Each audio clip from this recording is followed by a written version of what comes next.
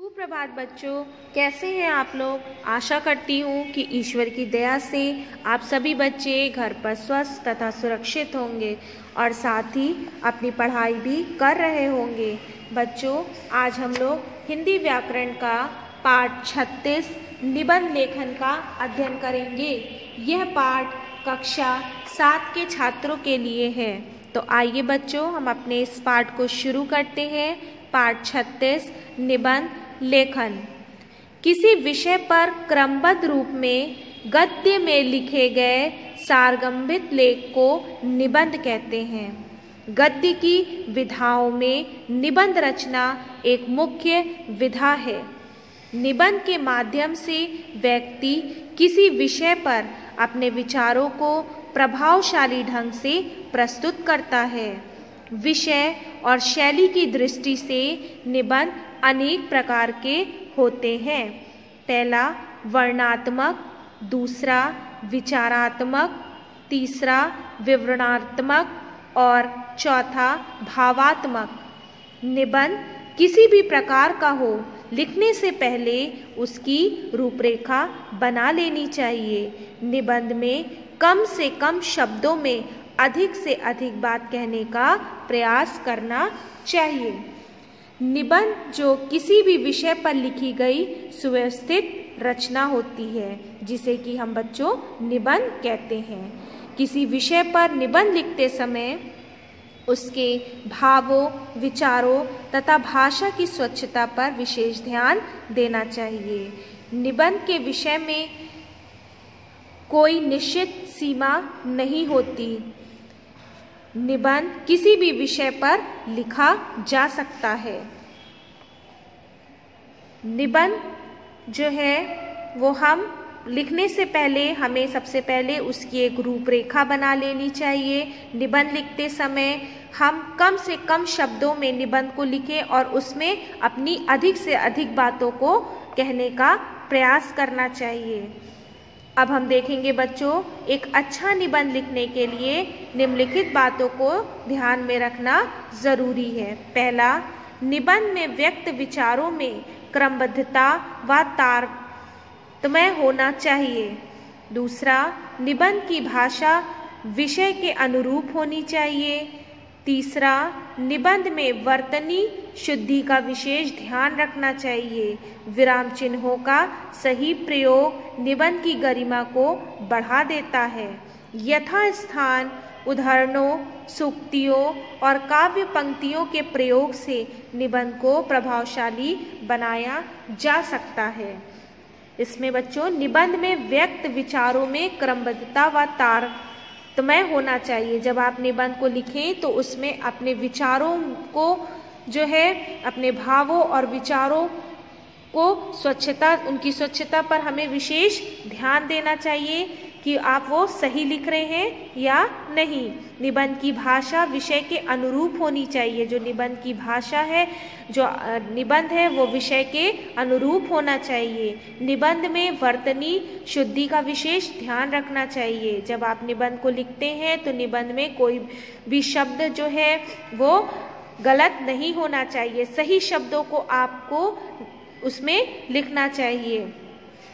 विराम चिन्हों का सही प्रयोग निबंध की गरिमा को बढ़ा देता है। जब आप निबंध लिखते हैं तो उन वाक्यों में जो विराम चिन्ह आते हैं उसे सही जगह पर आपको विराम चिन्हों को लगाना चाहिए, जिससे कि आपका निबंध जो है वो और भी अच्छा दिखता है।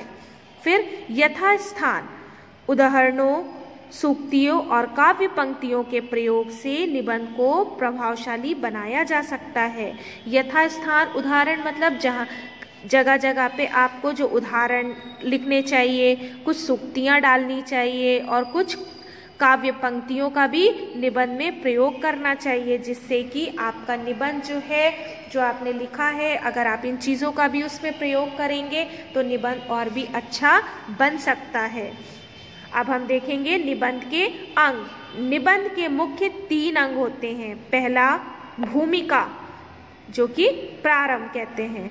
निबंध का प्रारंभ आकर्षक और विषय को स्पष्ट करने वाला होना चाहिए। निबंध की भूमिका संक्षिप्त और प्रभावशाली होनी चाहिए। निबंध की भूमिका किसी उदाहरण, घटना का काव्य पंक्ति से प्रारंभ की जा सकती है। भूमिका मतलब प्रारंभ। जब आप निबंध का प्रारंभ करें तो वो जो उसका विषय है वो आकर्षक होना चाहिए, अच्छा विषय होना चाहिए।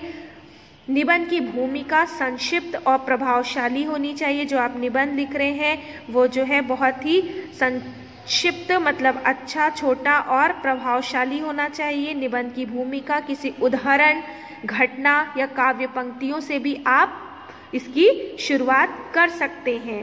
निबंध में आप कुछ घटना डाल सकते, कुछ उदाहरण डाल सकते हैं या कुछ काव्य पंक्तियां लिख करके भी आप अपने निबंध को शुरू कर सकते हैं। फिर हम दूसरा देखेंगे। दूसरा निबंध का अंग है विषय वस्तु। यह निबंध का सबसे आवश्यक अंग है। मुख्य बिंदुओं को सुनियोजित ढंग से अनुच्छेदों में विस्तार देना चाहिए। इसमें अनावश्यक कपोल कल्पित बातें नहीं लिखनी चाहिए। यहाँ पे यह है बच्चों कि यह निबंध का सबसे आवश्यक अंग है विषय वस्तु। निबंध जब आप लिखें तो उसमें जो आप बातें लिख रहे हैं वो ज़रूरी बातें होनी चाहिए। निबंध में कोई भी अनावश्यक बातें मतलब जो ज़रूरी बातें नहीं है, जो आपके विषय से संबंधित नहीं है, उसे इसमें नहीं लिखना चाहिए, बल्कि वो लिखना चाहिए जो कि आपके विषय से संबंधित है, उससे आधारित है। उन्हीं बातों को विस्तार में लिखना चाहिए। तीसरा हम देखेंगे उपसंहार। उपसंहार जो कि निबंध का अंतिम भाग है। जब हम अपने निबंध को खत्म करते हैं, आखिरी करते हैं, तो हम लिखते हैं उपसंहार, जिसमें विषय का सार संक्षेप में दिया जाता है। जिसमें कि जो भी आपने निबंध लिखा है उसका एक संक्षेप में उसको लिखा जाता है। निबंध का समापन एकाएक नहीं होता। कुल मिलाकर उपसंहार संक्षिप्त, आकर्षक व प्रभावशाली होना चाहिए। जब आप निबंध लिख चुकते हैं तो उसका जब आखिरी में उपसंहार आप लिखते हैं तो जो आपने निबंध लिखा है उसका एक सार है जो संक्षेप में आपको उसमें उपसंहार में लिखना चाहिए, जिससे कि आपका निबंध जो है आकर्षक और प्रभावशाली लगता है। तो आशा करती हूँ बच्चों कि मैंने आपको जो ये बताया निबंध लेखन आपको समझ में आ गया होगा। इसी पाठ से मैंने आपको 2 निबंध दिए हैं। एक पहला है अच्छा स्वास्थ्य, ये आपका पहला निबंध है। दूसरा है विद्यालय का वार्षिक उत्सव। ये दोनों निबंध आप पढ़ेंगे और इसे समझेंगे। आशा करती हूँ बच्चों कि मैंने आपको आज का ये पाठ 36 निबंध लेखन पढ़ के समझाया। आप सभी बच्चों को समझ में आ गया होगा। अब इसी पाठ से संबंधित सभी कार्य आपके विद्यालय की वेबसाइट पर उपलब्ध है। आप वहाँ से देखकर अपने कार्यों को पूरा कर सकते हैं। धन्यवाद।